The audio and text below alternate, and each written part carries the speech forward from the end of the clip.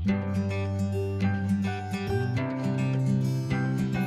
tahun 2021. Saya Dinda Putri Lestari dengan NIM 105190-180 dari kelas 6F Ilmu Pemerintahan. Nah, tujuan dari pembuatan video kali ini untuk memenuhi tugas ujian tengah semester pada mata kuliah Tata Kelola Keuangan Pemerintahan. Baiklah, poin yang pertama yakni saya akan menjelaskan mengenai pengertian dari anggaran. Menurut Munandar, anggaran adalah sebuah proses kegiatan yang menghasilkan sebuah budget sebagai keluaran atau output, serta proses kegiatan yang berkaitan dengan fungsi-fungsi yang terdiri dari fungsi pemberian pedoman kerja dan fungsi sebagai evaluasi pengawasan kerja. Nah, selanjutnya kita harus mengetahui apa sih anggaran negara itu. Nah, anggaran negara ini adalah urat nadi bagi suatu negara dalam menjalankan pemerintahan. Nah, di negara Indonesia ini setiap tahunnya disusun dalam anggaran pendapatan dan belanja negara atau biasa yang disebut dengan APBN. Nah, yang kedua ada sistem-sistem anggaran negara.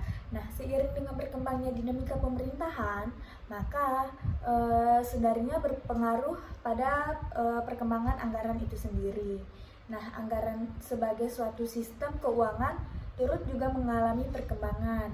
Sistem anggaran di Indonesia ini pada awalnya mengikuti sistem anggaran tradisional yang berakhir secara bertahap sampai tahun anggaran, yakni pada tahun 1970 sampai 1971 untuk anggaran pembangunan, sedangkan anggaran rutin disusun secara tradisional yang berakhir pada tahun 1973 sampai 1974.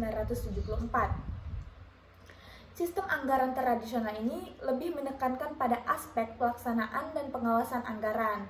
Nah, di dalam pelaksanaannya dipentingkan adalah besarnya hak tiap departemen atau lembaga sesuai dengan objek dan sudah dibenarkan apabila sesuai dengan peraturan dan prosedur yang berlaku.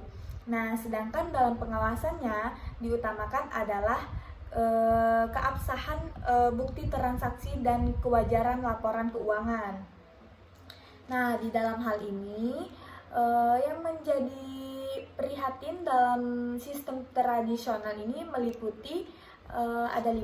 Yang pertama ada pengurusan anggaran, yang kedua ada pengesahan oleh lembaga yang berwenang, yang ketiga ada pembelanjaan, dan yang keempat ada pencatatan realisasi penerimaan dan pengeluaran oleh bendaharawan, dan yang terakhir ada penanggung-jawaban kas berupa pertanggungjawaban realisasi pengeluaran. Dan poin selanjutnya ada fungsi-fungsi anggaran. Nah, menurut Munandar, ia menunjukkan bahwa anggaran ini memiliki 3 fungsi, yaitu yang pertama ada sebagai pedoman kerja anggaran yang berfungsi sebagai pedoman kerja dan memberikan arahan serta sekaligus memberikan target-target yang harus dicapai oleh kegiatan-kegiatan perusahaan di waktu yang akan mendatang.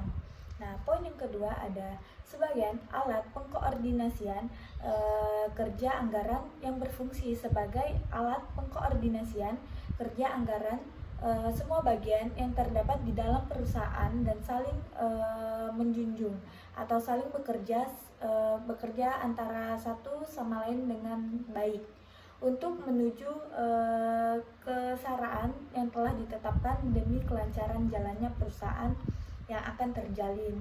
Nah, yang ketiga ada sebagai alat pengawasan kerja anggaran yang berfungsi sebagai tolak ukur sebagai alat pembanding untuk penilaian atau evaluasi realisasi kegiatan perusahaan nanti. Nah, selain itu menurut Navarin, fungsi anggaran ini terbagi menjadi perencanaan, pelaksanaan, dan pengawasan. Dan poin selanjutnya ada struktur anggaran.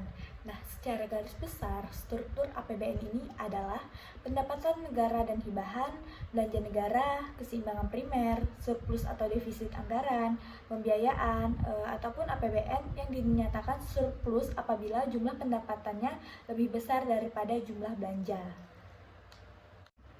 Nah, dari penjelasan-penjelasan yang tadi dapat ditarik kesimpulan bahwa anggaran adalah suatu rencana kerja yang tertulis mengenai kegiatan atau suatu organisasi yang dinyatakan secara kualitatif untuk jangka waktu tertentu, menyangkut seluruh kegiatan perusahaan dengan menggunakan sumber daya yang dimiliki dengan tujuan untuk membawa perusahaan pada tujuan yang ingin dia capai. Nah, sistem anggaran di Indonesia ini pada awalnya kan mengikuti sistem anggaran tradisional yang berakhir secara bertahap dari tahun anggaran 170 sampai 171 untuk anggaran pembangunan. Nah, sedangkan anggaran rutin disusun secara tradisional yang berakhir pada tahun 1973 sampai 1974.